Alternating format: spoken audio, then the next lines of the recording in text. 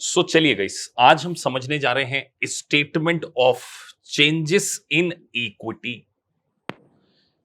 इसका एक स्टेटमेंट बनाया जाता है यूएस गैप में, जिसको हमने बहुत अच्छे से समझना है। और सबसे पहले हम तो ये समझे सर कि मीनिंग ऑफ इक्विटी क्या होता है। देखिए, इंडियन बीकॉम स्टूडेंट को लगता है इक्विटी का मतलब जो हमने शेयर इशू किए, इक्विटी शेयर कैपिटल नहीं। यूएस गैप के अकॉर्डिंग इक्विटी का क्या मतलब होता है, पूरा डिटेल हम समझने वाले हैं। तो सबसे पहले आता है इसमें कॉमन शेयर। नंबर 1 पर कॉमन शेयर मतलब जैसे ऑर्डिनरी शेयर या इक्विटी शेयर। तो सर इसका total common share. Retain earning को भी मैं समझाऊंगा। एडिशनल पेड इन कैपिटल मतलब इन सबका टोटल इक्विटी कहलाता है। तो एडिशनल पेड इन कैपिटल क्या है? एडिशनल पेड इन कैपिटल होता है कि जब आप कॉमन शेयर को एक्स्ट्रा प्राइस पे इशू करते हैं, जिसको आप इंडिया में सिक्योरिटी प्रीमियम बोलते थे। मतलब लेट से आपने एक $100 पार वैल्यू का शेयर है, आपने उसको 150 में इशू किया, तो ये जो 50 है ना, यही आपका क्या है? Additional paid in capital. तो सर कॉमन शेयर 100 हो गया और 50 क्या हो गया? Additional paid in capital. Retain earning accumulated profits को बोलते हैं, लेकिन हमें रिटेन अर्निंग का भी कैलकुलेशन समझना है। OCI, other comprehensive income. जो अदर कॉम्प्रिहेंसिव इनकम होती है ना, वो रिटेन अर्निंग का पार्ट नहीं होती, वो अलग पार्ट होती है। अदर कॉम्प्रिहेंसिव इनकम का मतलब होता है ऐसी इनकम जो अभी आपको कैश में रिसीव नहीं हुई है। कैश तो एग्जैक्टली सही वर्ड नहीं है, जो आपने अभी रियलाइज नहीं की, अनरियलाइज गेन। सर बता दीजिए अनरियलाइज गेन क्या होता है, इसको भी समझ लेते हैं। लेट से आपके पास आपने एक फॉरेन कंट्री में अपना गुड सेल किया।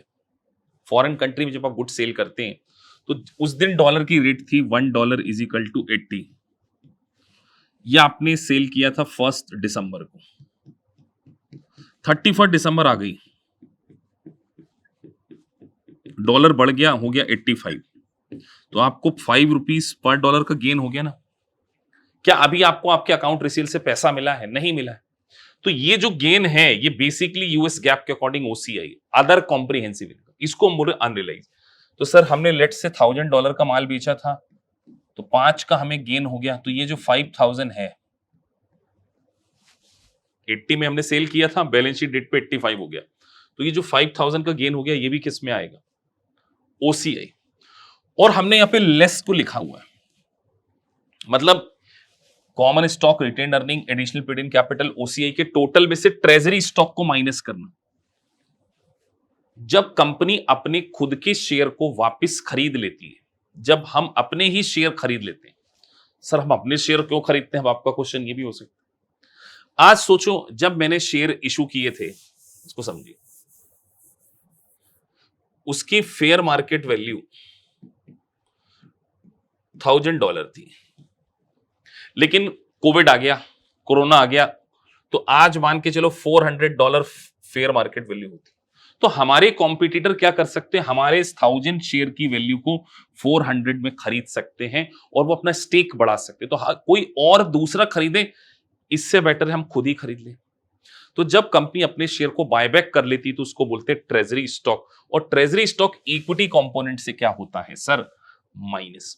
तो sir common stock, retain earning, additional paid in capital, OCI plus होगा, उसमें से ट्रेजरी स्टॉक को माइनस कर देंगे, तो जो बैलेंस आएगा उसको हम बोल रहे हैं इक्विटी। लेकिन बेटा हम यहां पे इक्विटी नहीं समझ रहे, हम तो समझ रहे हैं statement of changes in equity. क्या समझ रहे? Statement of changes in equity. अब सबसे पहले मैंने यहां पे रिटेन अर्निंग को भी समझाया है।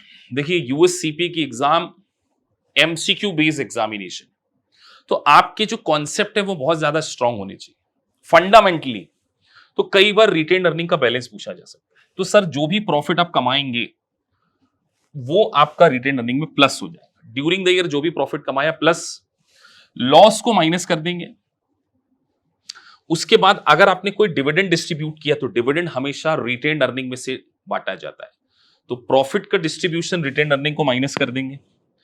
अगर आपने कोई पिछले साल की प्रायर पीरियड एडजस्टमेंट, ये बड़ा इंपॉर्टेंट है। अब यही बच्चे गलती करते, प्रायर पीरियड एडजस्टमेंट। इसका भी एग्जांपल देते हैं। सर मैंने डेप्रीशिएशन लगाना था लास्ट ईयर $10,000, लेकिन एक जीरो कम लग गया। ये गलती हुई थी 2022 में। 2022 में आपसे मिस्टेक हो गई, डेप्रिसिएशन था 10,000, आपने 1000 लगा दिया। कितना कम लगा दिया? 9,000। तो ये जो लास्ट ईयर का कम लगाया है, इससे हम क्या करेंगे? ओपनिंग रिटेन्ड अर्निंग को कम करेंगे। ध्यान रखिए, प्रायर पीरियड एडजस्टमेंट हमेशा रिटेन्ड अर्निंग से एडजस्ट होती है। तो रिटेन्ड अर्निंग में सर ओपनिंग बैलेंस होगा, करंट ईयर प्रॉफिट कमाएंगे प्लस कर देंगे, डिविडेंड डिस्ट्रीब्यूट किया माइनस कर देंगे, अगर किसी प्रकार का कोई एडजस्टमेंट है उसको माइनस कर देंगे, और फिर आ जाएगा आपका क्लोजिंग बैलेंस। तो ये जो क्लोजिंग बैलेंस होता है, यही किसका पार्ट है? Equity component. सर हम तो अभी भी समझ रहे हैं statement of changes in equity, बस यही समझाना है। ये पूरा स्टेटमेंट आपके सामने मैंने बनाया है।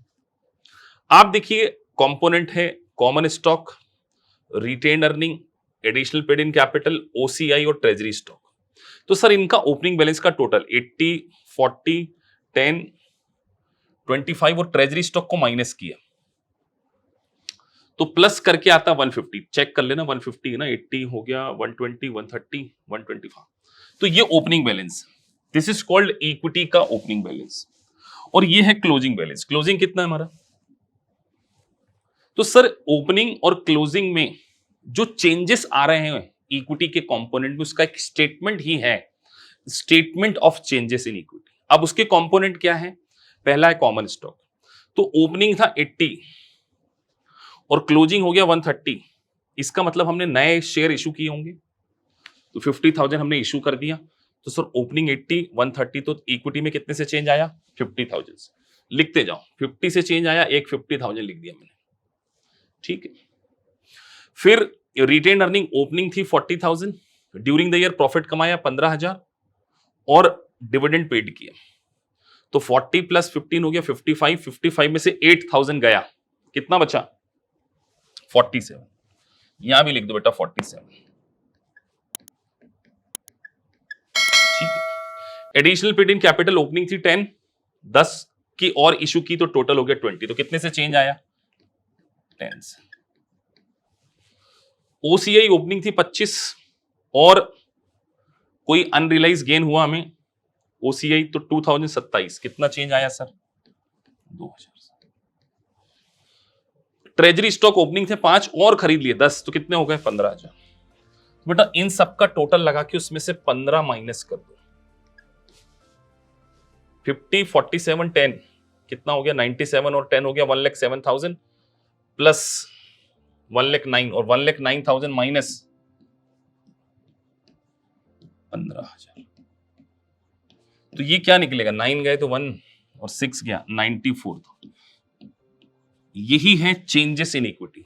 तो एग्जाम में कई बार आपसे पूछ लिया जाता है कि चेंजेस इन इक्विटी कितना हो, तो चेंजेस इन इक्विटी 94 है और ये पूरे स्टेटमेंट में समझाया। तो सर नटशेल में आप ये कहना चाहते हो कि इक्विटी के कंपोनेंट में जो भी चेंज आता है ओपनिंग बैलेंस से क्लोजिंग बैलेंस में, उसका total he statement of changes in equity में बताया जाता है। तो ओपनिंग स्टॉक थे 80 से 130 हो गया, मतलब नए इशू किए। रिटेन्ड अर्निंग 40 था, 47 हो गया। 15 का प्रॉफिट कमाया, 8 का डिविडेंड पे किए, प्लस माइनस आप टोटल देख लेना। 50 और 47 हो गया 97, 17, 19 में से 5 गया तो 6 गया, तो हाँ 94। अगर आप इन सब का टोटल लगाएंगे तो ये कितना आ जाएगा आपका? 94,000 आ जाएगा। तो सर ऐसे कॉन्सेप्ट आपके क्या होने चाहिए? क्लियर होने चाहिए। आपको जब तक यही नहीं पता होगा कि ओपनिंग बैलेंस और क्लोजिंग बैलेंस में चेंजेस क्यों आते हैं, वो ये रीजन, और इस चेंजेस का ही स्टेटमेंट क्या है? Statement of changes in equity.